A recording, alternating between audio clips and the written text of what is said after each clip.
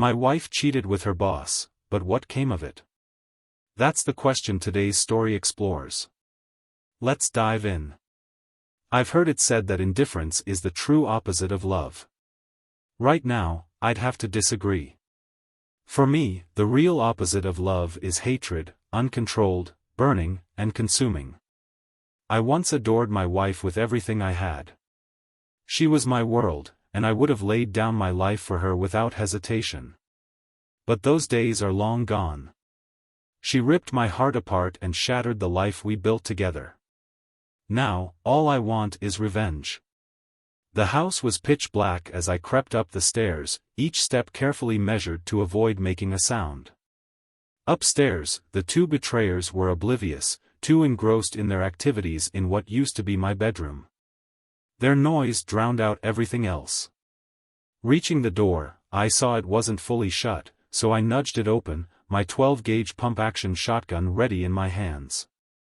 There they were, my soon-to-be ex-wife, Lauren, and my boss, Ryan Carter. I slid a shell into the chamber, the iconic sound slicing through the air like a warning siren. They froze instantly, their faces turning pale with shock. Nothing demands attention quite like the unmistakable clack of a shotgun. "Ryan, get off her." "Lauren, what the hell are you doing?" I barked, my voice trembling with anger. He smirked, unfazed. "Oh, you're back early, huh? Weren't you supposed to be in Little Rock? What's the matter? Couldn't stay away? Want to see how a real man takes care of your wife?" Lauren giggled shamelessly. "Yeah, babe. He's curious. He wants to know how it feels to have someone who actually knows what they're doing," she said, laughing as Ryan took a step toward me. And that's when everything spiraled. I pulled the trigger repeatedly until they were unrecognizable. When the gun clicked empty, my fury finally subsided. The air was thick with smoke, and the acrid scent of gunpowder hung like a heavy fog. I stared at their mangled remains and knew it was over, not just for them, but for me too. Once the cops arrived, they'd likely kill me on the spot. If not, death row would be my future. Either way, I wouldn't live much longer. With my last shell in hand, I pointed the gun at myself and ended it. I woke up gasping, drenched in sweat, my heart racing. For a moment, I couldn't figure out where I was. Then it hit me, I was in a hotel room in Little Rock, Arkansas. I'd been there since Sunday, working on a client project at Ryan's insistence. It was early Thursday morning, and my job had wrapped up the day before. I'd planned to head home after sunrise, but the nightmare changed everything. My pulse began to settle as I tried to shake the remnants of the dream. Glancing at the clock, I saw it was only 3:30 a.m. Great, I muttered. There's no way I'm getting back to sleep now. I splashed cold water on my face, brewed a cup of coffee, and turned on the TV, hoping to distract myself. This wasn't the first time I'd had that nightmare, and I had a sinking feeling it wouldn't be the last. It had haunted me every night since I discovered Lauren's betrayal a week ago. Each version followed the same theme, with only the weapon changing. One time, I imagined wielding a minigun, unleashing chaos. In another dream, I fired a rocket launcher, obliterating the bedroom and everything in it. In one particularly absurd nightmare, I envisioned myself setting off a nuclear bomb, leveling half the county, and erasing the two betrayers from existence. It was disturbingly satisfying, even if only in a dream. Now, let me be clear, I'm not a violent person by nature. Sure, I served 4 years in the Marine Corps, but I never once fired a weapon in anger. I own a couple of pistols and a 12-gauge shotgun, pretty standard for folks around here, but I've always seen them as tools, not instruments for revenge. At least, that was the case until my life was turned upside down. You might be wondering what changed. Let me explain. My name's Nathan James Carter. My parents were history buffs, which is why I ended up with a name like that. And if you think that's bad, my sister got the short end of the stick. Her name is Abigail Ross Carter. Yep, after Betsy Ross. People used to joke that we should have been born in the 1700s. Straight out of high school, I enlisted in the Marines. My specialty was nuclear, biological, and chemical defense. Most of my service was spent stateside, training others in survival and safety techniques. I did have a year-long tour in Okinawa, Japan, but I was mainly stationed in the US, working as an instructor. Toward the end of my service, I helped run the gas chamber training at our base, a job that made me appreciate the resilience of human lungs. Early in my military career, I realized my skills weren't going to be very marketable in civilian life. So, I used my spare time to get a degree in networking and business. It took me 3 years to complete what was supposed to be a 2-year program, but I made it through. When my enlistment ended, I left the military and went back to school full-time, using my GI Bill benefits to finish my degree. After graduating, I landed a job at Empire Tech Solutions, a nationwide IT company headquartered right in my hometown in Missouri. I started as a customer service representative, working my way into a steady routine. Life was looking pretty good. It was around this time that I met Lauren.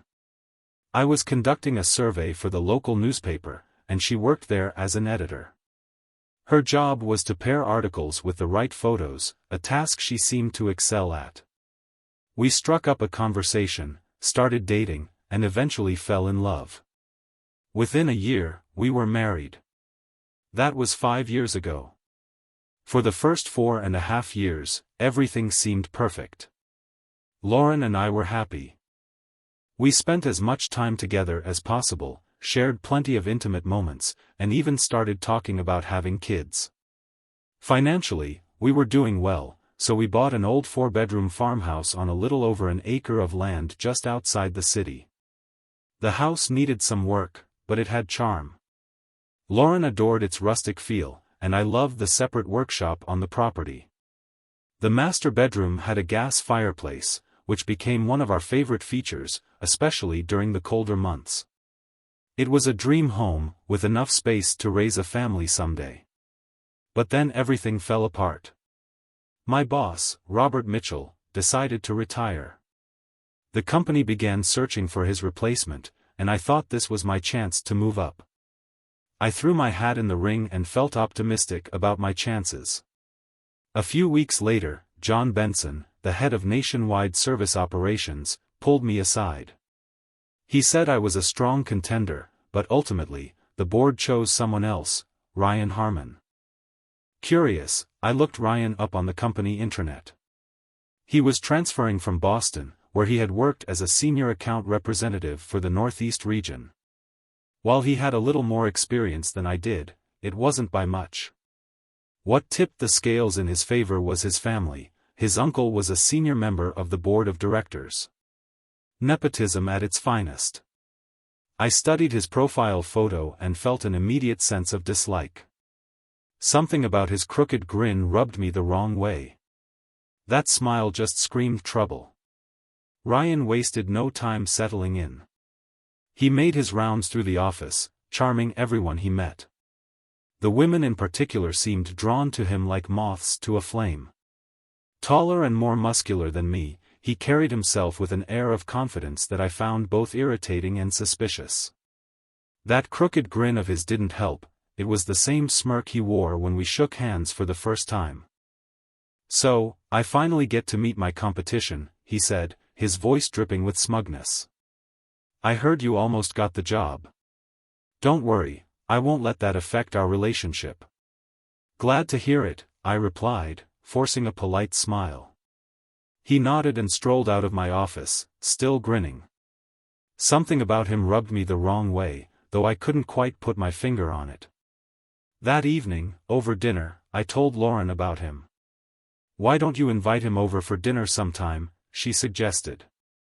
"Maybe you'll get along better if you spend some time together." "He's married, isn't he?" "I don't think so," I said. Nothing about a wife or family came up when I looked him up online. "Maybe he's just lonely," she said. "Moving to a new city where you don't know anyone can be tough. Boston's a long way from here." Maybe you're right, I admitted. The next day, I decided to take her advice. I invited Ryan to dinner, and he accepted immediately. Feel free to bring your family if you want, I said, though I already suspected he wouldn't. I don't have a family, he replied. It's just me. But I'd love to have dinner with you and your wife. Thanks for the invitation. Should I bring anything? Just your appetite, I told him.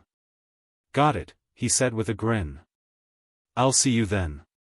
Ryan arrived on time, and to my surprise, the evening went smoothly.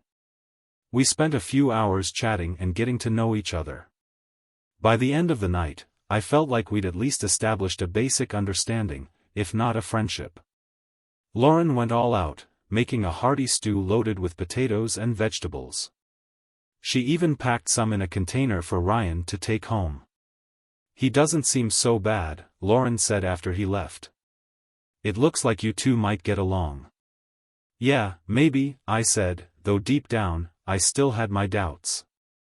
By the way, that stew was amazing.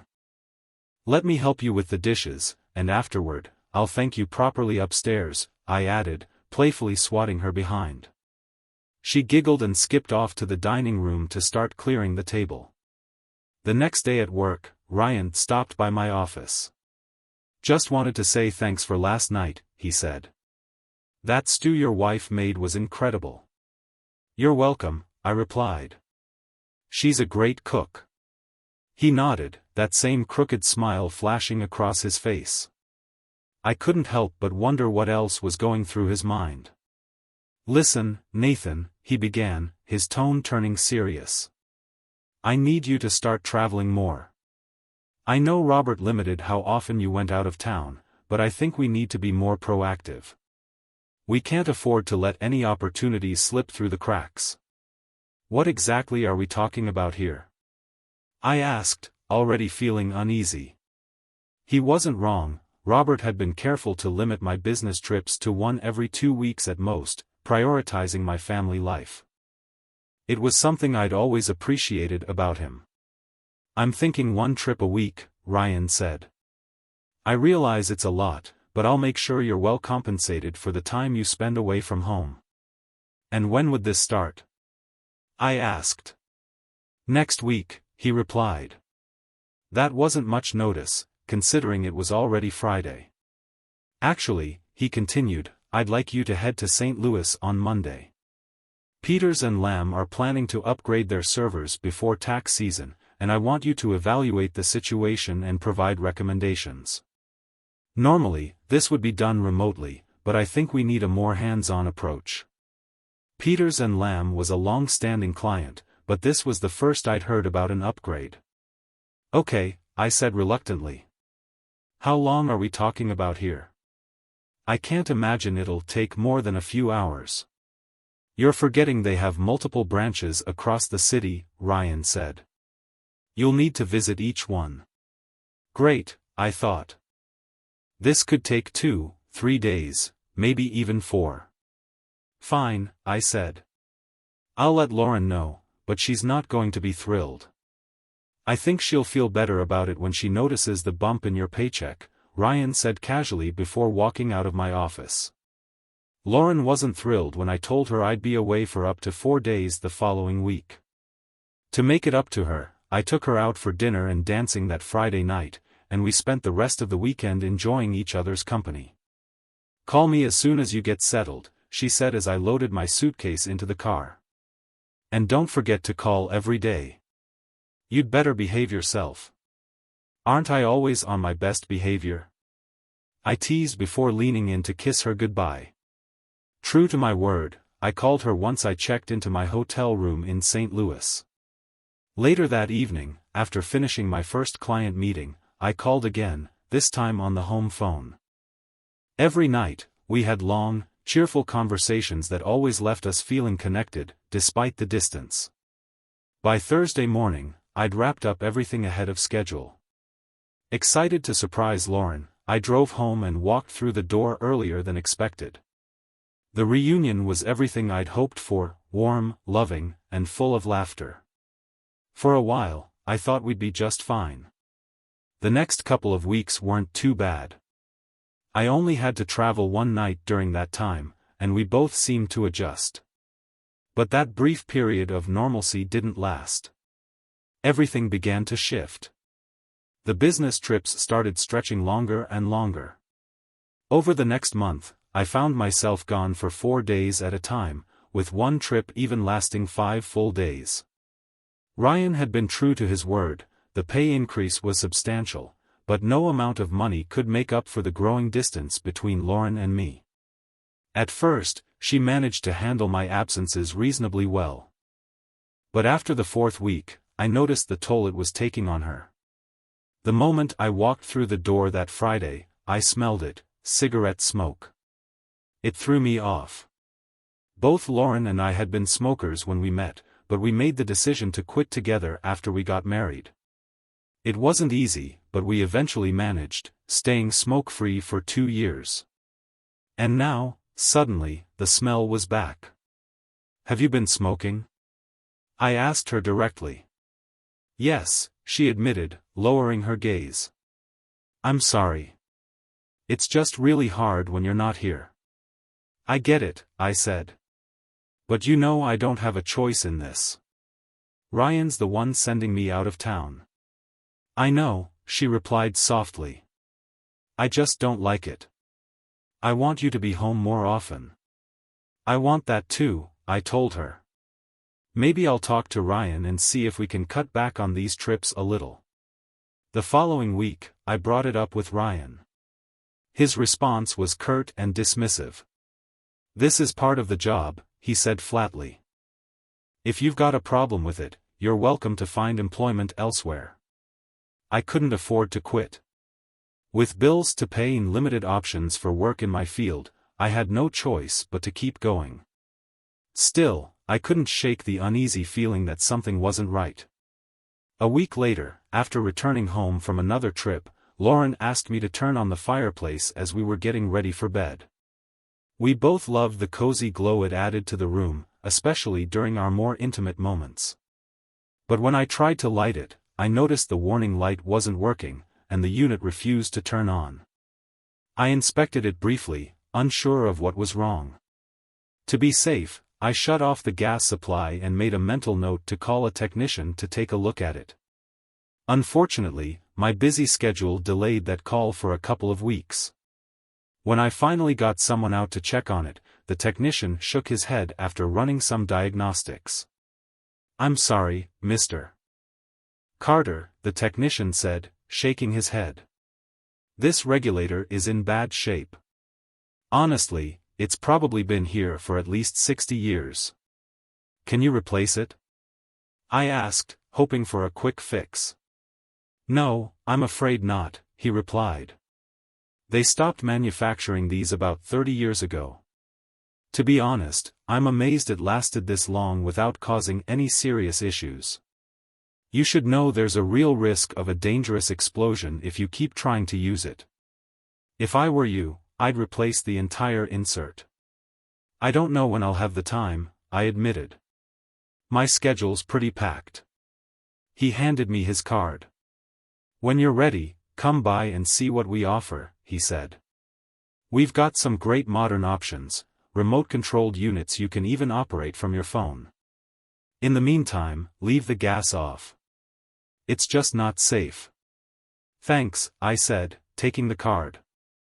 But as much as I wanted to get it done, I could never seem to find the time. Despite Lauren's constant reminders, the fireplace remained untouched. Ryan kept piling on assignments, often sending me out of town, even over the weekends. The house grew colder, not just physically but emotionally. Our relationship started to feel distant, like a shadow of what it once was. Lauren's mood shifted too, her conversations with me became curt and impersonal, and the warmth between us all but disappeared. I tried to hold things together, but it wasn't easy.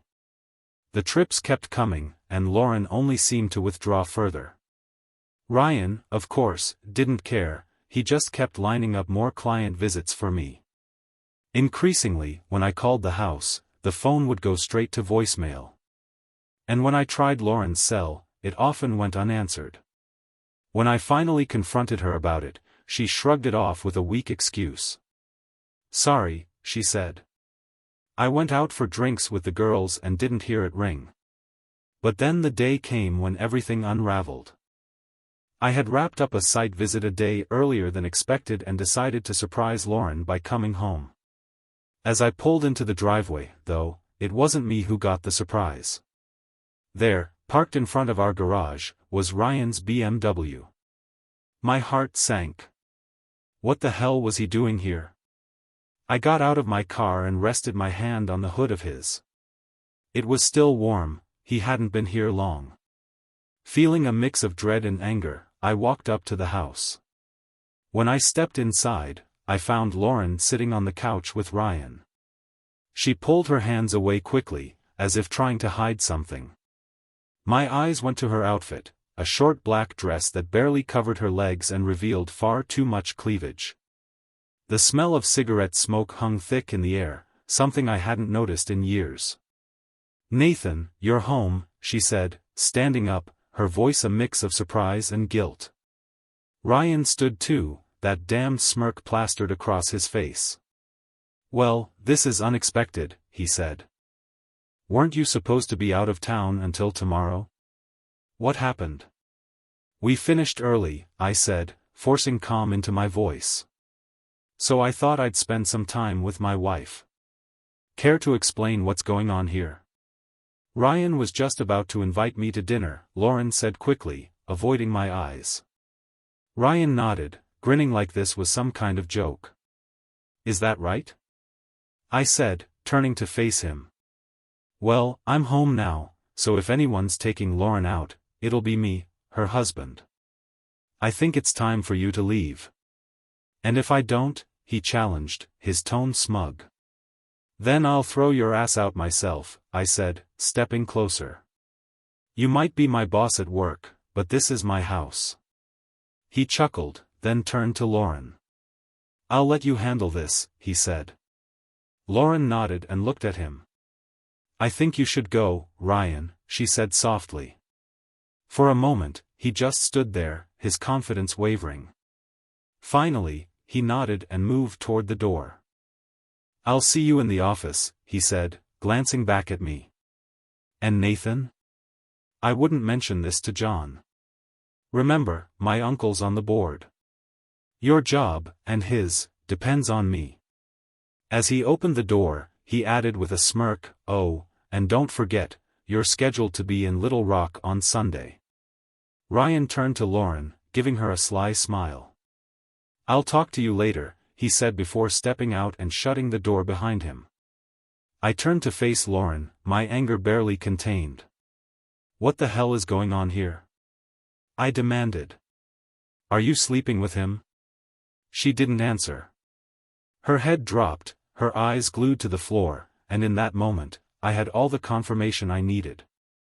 "So, that's who you are now," I said bitterly. "How long has this been happening?" "For a while," she admitted quietly. "Unbelievable," I snapped. "Lauren, I'm not home all the time because your boyfriend over there keeps sending me out of town. You had to know what he was doing, didn't you? You're not stupid. You saw the pattern." She said nothing. "How many times?" I asked, my voice rising. "How many times have you let him into our bed?" "I don't know," she muttered. "I didn't keep count." "Of course, you didn't," I said, shaking my head. "That's just incredible. Do you love him? Is that what this is?" "No," she said, her voice trembling. "Not really. But I do still love you. I just want you to be here. Do you know what this means, don't you?" I asked, staring at her coldly. "What are you talking about?" she asked cautiously. "It means I'm filing for divorce," I said flatly. "There's no way I can move past this. We're done." "Please, Nathan, don't do this," she pleaded, tears brimming in her eyes. "I don't want a divorce." "Well, I didn't want a cheating wife," I shot back. And you know what else? We haven't been intimate in months. Not only that, but you didn't even care to make me feel like I mattered.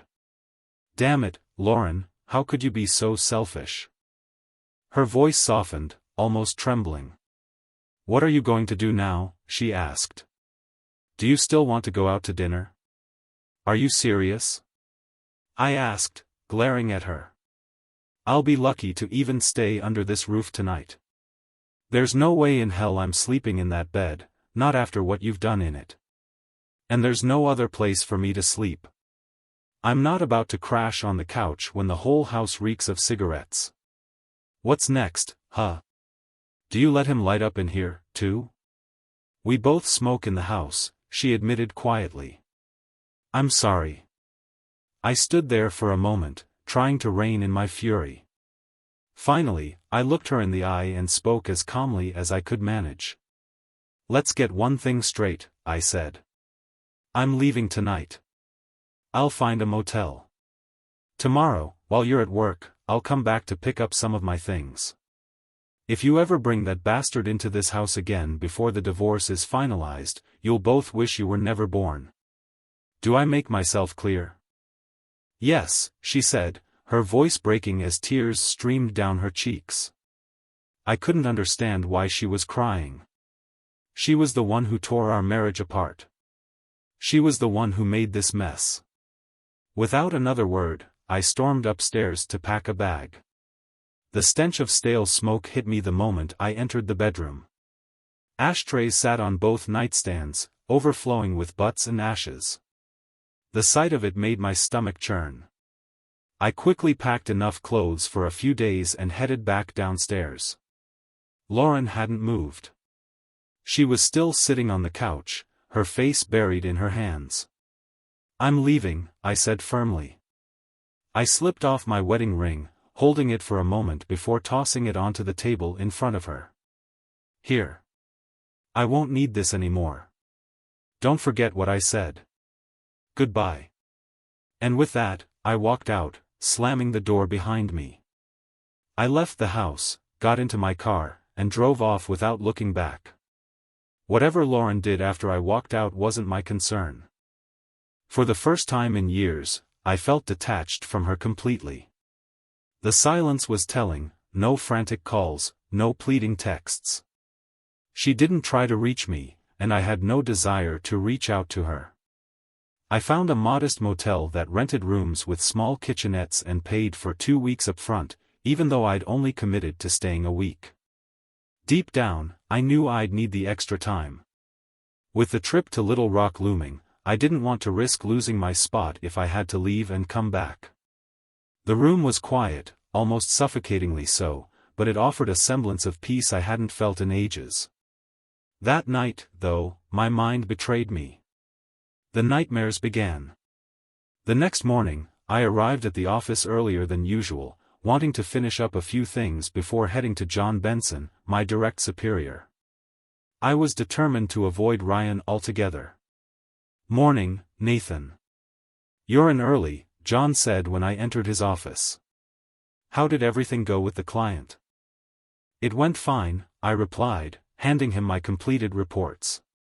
Listen, John, I need to deal with a personal issue before heading to Little Rock, and I was hoping to take the rest of the day off. Have you run this by Ryan yet? He asked, raising an eyebrow. Actually, Ryan is part of the problem, I admitted. That caught his attention. Oh? What's going on? I took a deep breath and explained what had happened the night before, sparing no details about Lauren's betrayal or Ryan's involvement. John listened intently, his face shifting from surprise to anger. I need to grab a few more things from my house today and meet with a divorce lawyer, I explained. That's why I wanted to come to you instead of going through him. John nodded slowly. I see. Well, take whatever time you need, Nathan. I'll deal with Ryan.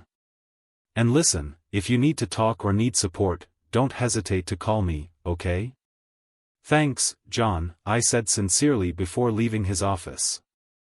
Luckily, I managed to avoid Ryan altogether as I left the building.